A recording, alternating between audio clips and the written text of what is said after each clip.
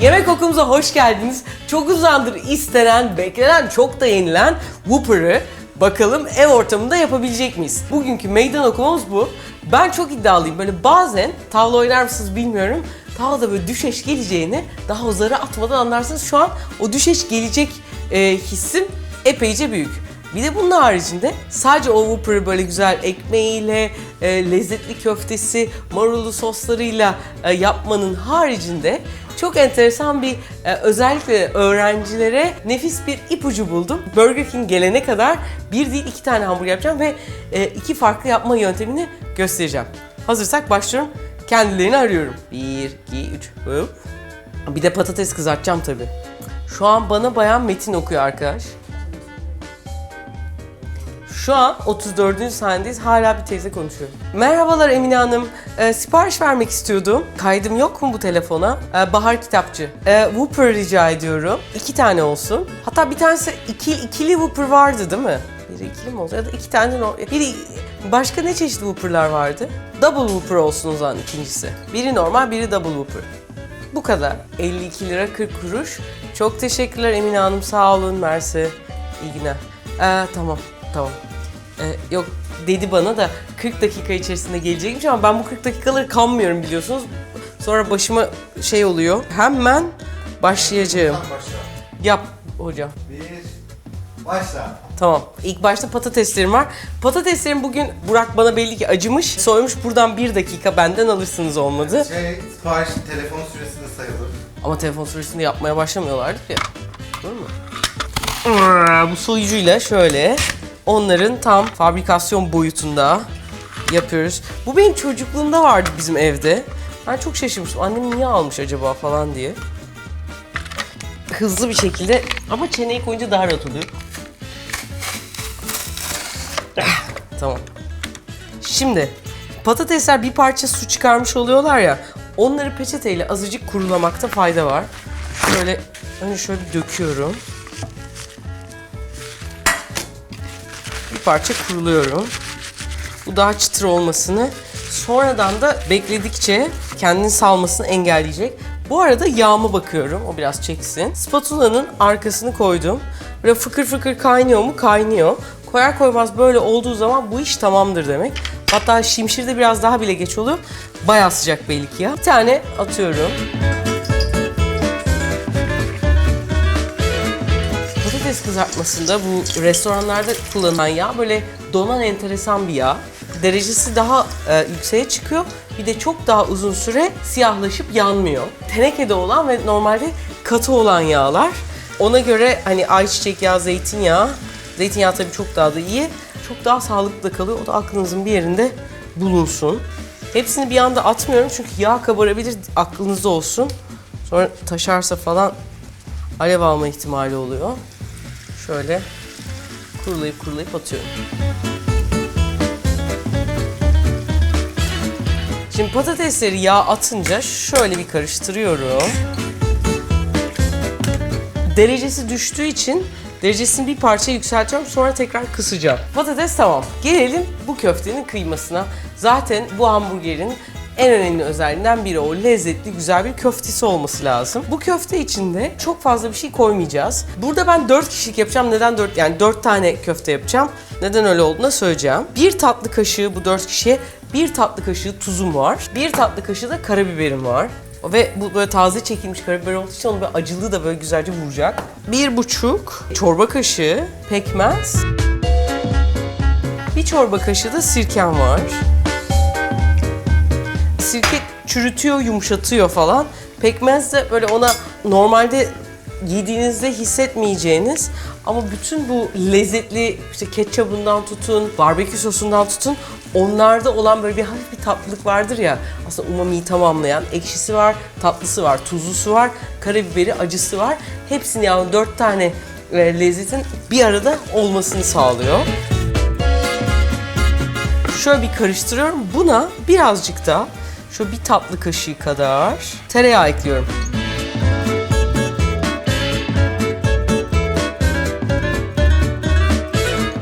Şimdi şöyle güzelce yoğurdum. artık demir ızgaramı da açabilirim. O da iyice ısınsın.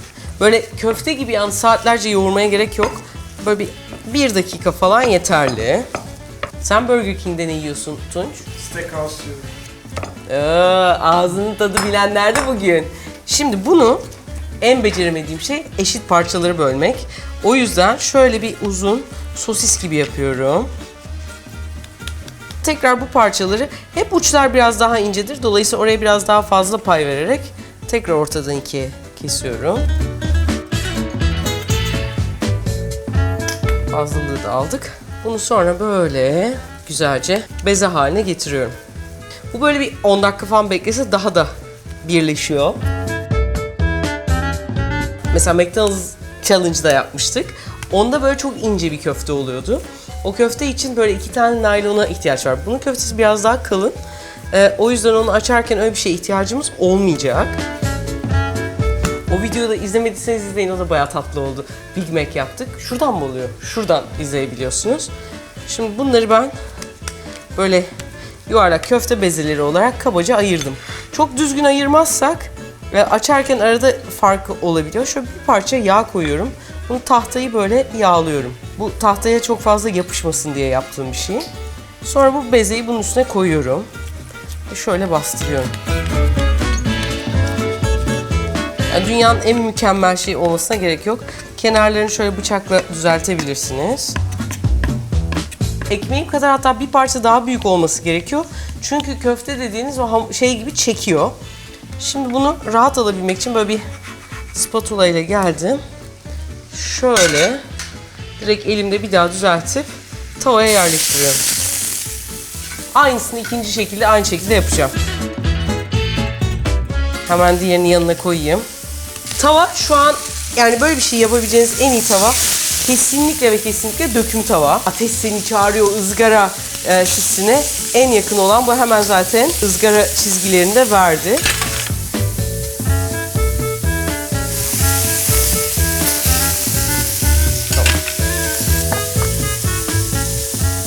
Şimdi ekmekler hazır.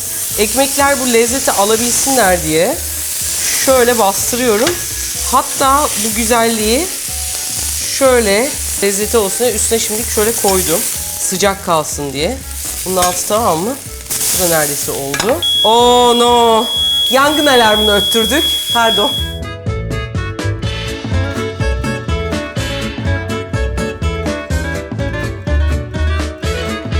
Evet, şimdi ekmeğimi alıyorum. Ekmeğe önce ketçabını koydum. Sonra köftesine bir tur daha ketçabı. Aynı şekilde ikinciyi de koyuyorum. Şöyle. Etini yerleştiriyorum. Ketçabı. Soğanın da genelde bir halka oluyor. Bir parça daha. Biz kalanını salatada kullanırız. Şu dışından 2 parçasını alıyorum. Onlar bir tane koyuyorlar galiba ama biz 2 tane koyalım. Üzerine turşumu koyuyorum. Turşu içinse şöyle... Şimdi turşu da yurt dışından olduğu için tarifler bizim Türk turşularımız değil de daha çok böyle Alman turşusu adı verilen hafif böyle şekerli ve biraz da baharatlı turşu kullanılıyor. İkisine bir tane turşunun parçalarını koyuyorum. Bunu da yedim. Son olarak bir de domatesim var. Domatesinde bir tane böyle tam şeyini kullanacağım. Bak böyle ortasındaki parçayı şöyle bir buna koydum, bir buna koydum. Ve son olarak da marulu ve mayonezi. Galiba daha büyük yaprak koyuyorlar ama böyle daha güzel olacak bence. Biraz şey gibi olmuş olabilir. McDonald's.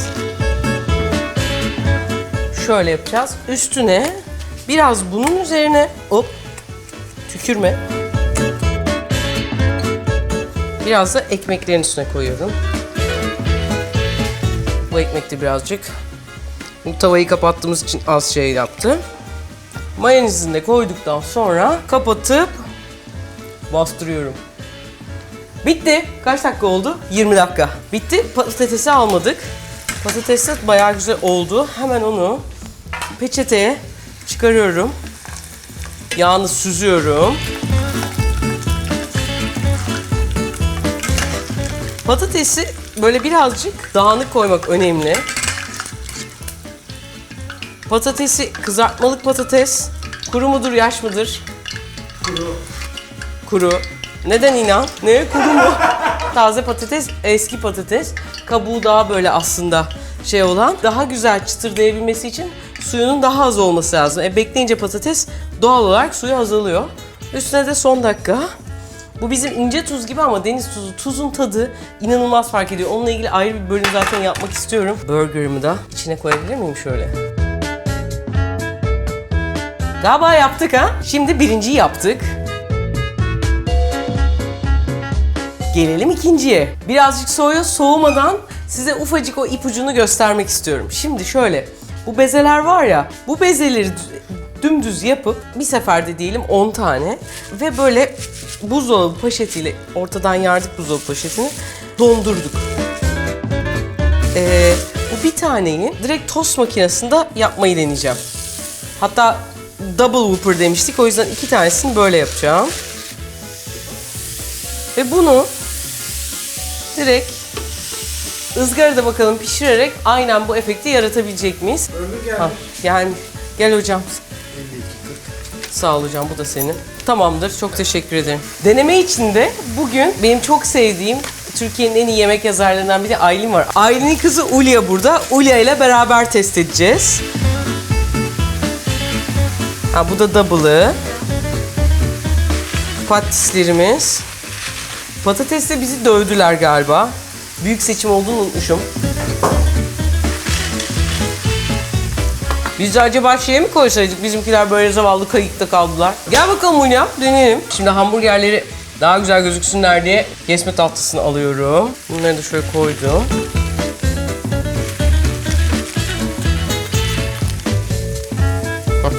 Önce tipinden değerlendirmeye başlıyoruz. Tip. Gayet pırıl pırıl bir hamburger. Bu nasıl? Daha canlı duruyor. Arasında patates kaçmış ondan o be. Bu hayaller hayatlar gibi duruyor. Vay! Ben de deneyeyim.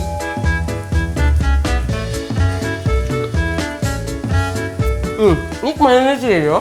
Biraz zor yutuluyor. Soda ister misin? Kuru geldi. Bana mayonezi gelmedi. Hı. Yani çok eşit dağılmamış demek. Bir de buna bakın bakalım. Zor mu yutuluyor, kolay mı yutuluyor, tadı nasıl? Biraz soğudu mu?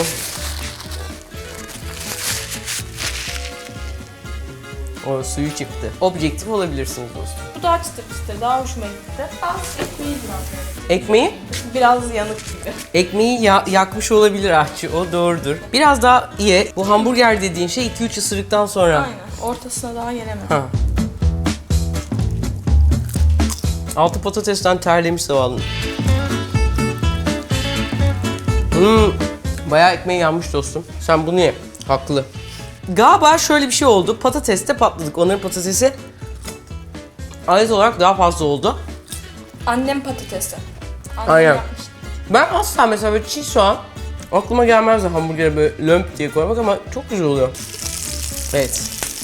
Şimdi birazcık daha kurumuş şeye göre, tavaya göre biraz bastırdığımız için olabilir. Ekmeği şöyle biraz lezzetlendiriyorum bu ızgaradaki güzelliği alabilsin diye. Çift katta 2 tane koyuyoruz. Ketçap, soğan, turşu. Ama bunun zavallı köfteciyi gerçekten küçüldü. Tost makinesinin demek ki şeyse böyle bir durum varmış. Domates. Mayonez. Biraz daha mayonez. Kule. Kat çıkmayı, balkon kapatmayı milletçe severiz biliyorsun.